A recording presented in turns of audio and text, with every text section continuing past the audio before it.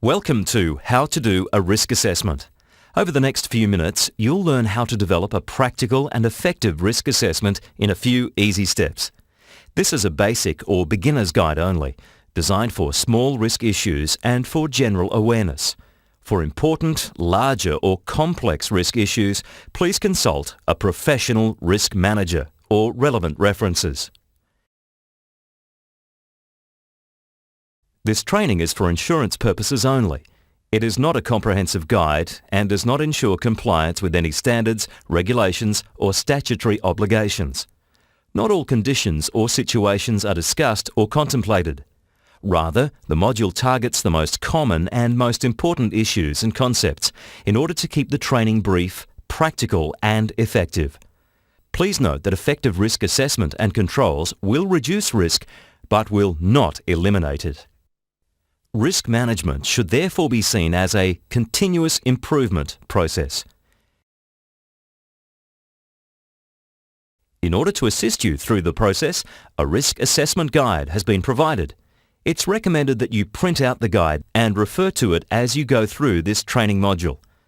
The guide contains example risk assessment tools and templates for use in risk assessments. For the purposes of this training, the risk of a possible event occurring equals the consequence of that event occurring multiplied by the likelihood of that event occurring. Risk level equals consequence times likelihood. The objective of a risk assessment is to manage significant risks cost-effectively while ensuring that risk controls are acceptable and appropriate. A risk assessment should include the following steps. Step 1. Context. Before we start, we must set the context of the risk assessment. Step 2. Identification. Identify all significant risks to objectives or goals. In order to do this, you must first identify what are the relevant objectives, then what are the risks to these objectives. Step 3. Quantification. Estimate the size of risks. This will allow us to compare and prioritize risks for attention and reduction based on size. Step 4. Control. Decide on the most effective, acceptable and appropriate controls for each risk based on the size of the risk, the acceptable or tolerable levels of risk, how much each proposed control will reduce the risk, and how the cost of the control compares with the potential risk reduction, that is to say, the cost-benefit ratio of the control. Step 5. Responsibility. Nominate a person to be responsible for managing each significant risk. Step 1. Set the context. Before starting a risk assessment, it is essential to set the context by identifying what objectives are at risk. A risk assessment is about assessing risks to objectives. If you don't have objectives, you don't have any risks. Deciding whose perspective the risk assessment will represent. That is to say, whose risks are you assessing? A community's, an organization's, or an individual's, etc. Normally, a risk assessment is conducted from the perspective of the group you are working for. Set the scope of the risk assessment. What will be included, what won't be included. You will note that the example risk register in the risk assessment guide includes 3 sections to record the previous 3 items. The 3 sections are located at the top of the template and are called Objectives at Risk, Whose Perspective, and Scope sections. If you're conducting a risk assessment, the first step will be to fill in these sections. An Excel-based risk register template has been provided for you to use in your own risk assessments. The next step in the process is to identify all significant risks. This is done by using a system or systems to help with the identification process. Systems or techniques which can be used include brainstorming, workshops, SWOT analysis and checklists, process flow diagrams, etc. When identifying risks, care should be taken to ensure that risks are being identified and not hazards. The difference being that risks have consequences, hazards do not. A fire is not a risk, it is a hazard because it has no consequences. A fire burning down a building is a risk. It has a consequence of burning down the building.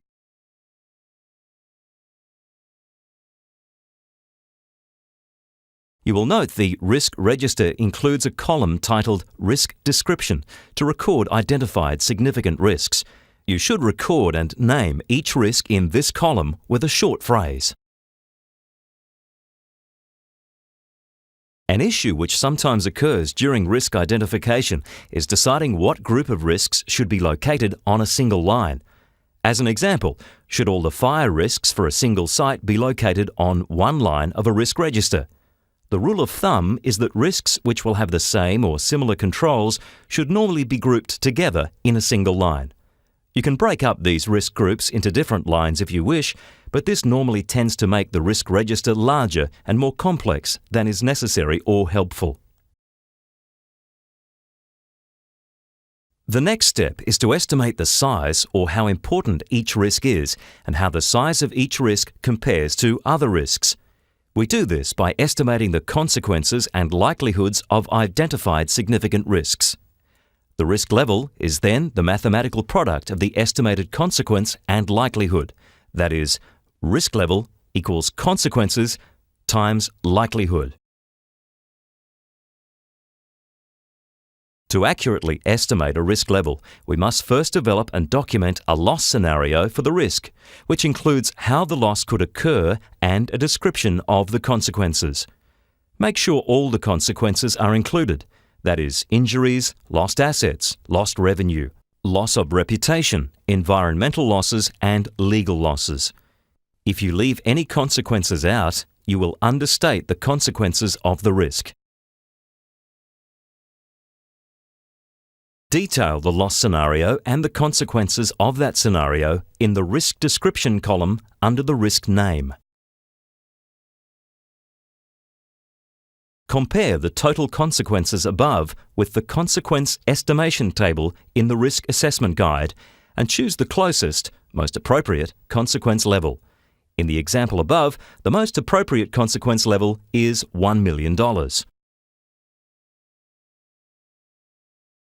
While developing the loss scenario and specific consequences, it's important to take into account the existing controls. The existing controls will affect the likelihood and perhaps even the consequences of a scenario. The relevant existing controls should be recorded in the column provided in the risk register. If you do not consider existing controls, you will overestimate the likelihood of the scenario and hence the risk level of the scenario. For example, fire alarms and fire extinguishers will reduce the likelihood of a fire destroying a building. This reduced likelihood, taking into account existing controls, should be the likelihood which is used in the estimation. Choose the closest, most appropriate likelihood level from the risk matrix in the risk assessment guide. For the purposes of this demonstration, we will assume the likelihood of a fire causing total building destruction is a 1 in 100 chance each year, or a 1% chance each year.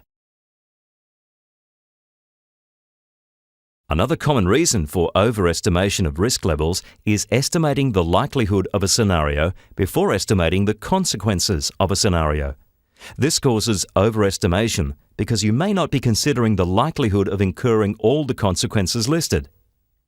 For example, the likelihood of a minor fire in the building will be much higher than the likelihood of a fire which destroys the building. Overestimation of the likelihood will lead to overestimation of the risk. To avoid this, always estimate the consequence before the likelihood as described previously. The estimated consequences and likelihood of a loss scenario should be recorded in the consequences and likelihood columns of the risk register. Once you have chosen the appropriate consequence and likelihood levels, you can use the risk matrix to determine the estimated risk level. This risk level should then be recorded in the risk column of the risk register. In our example, the estimated risk level is $10,000 each year. This risk level gives an indication as to what you might pay a third party to bear this risk.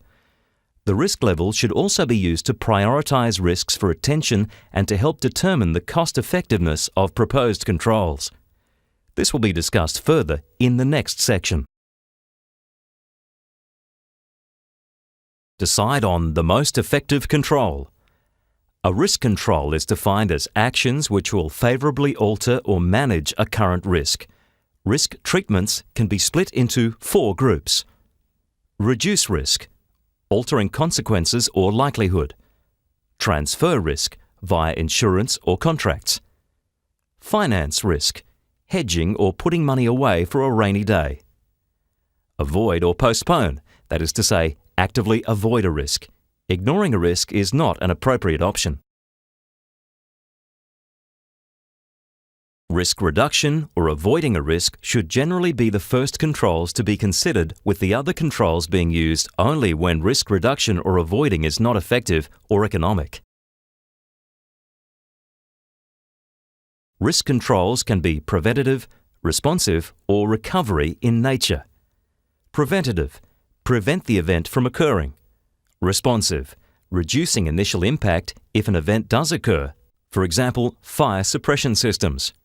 Recovery, plans to improve recovery and reduce impact, for example, business continuity plans. Care should be taken to ensure that all control options are considered. Only then should the most appropriate mix of controls be determined. Determining the most appropriate way of controlling a risk can be a complex and subjective process, but a simplified approach is to decide on the most effective and appropriate controls for each risk based on the following points. Deal with the biggest risks first.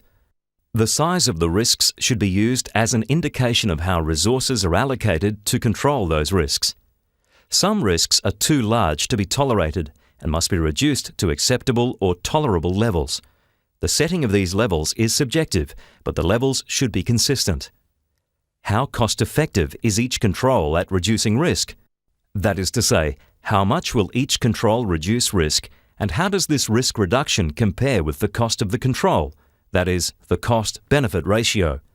If the risk level is shown as dollars per year, the amount can be used as a guide to determine how much can be cost-effectively spent per year to reduce the risk to zero. Note that most risks cannot be reduced to zero. You will note that the risk register includes a column to record potential or agreed controls. The last step in a risk assessment is to allocate someone to be responsible for the management of each risk. If the risk is large enough, this responsibility may include the development of plans for implementation and maintenance of controls and the development of reports.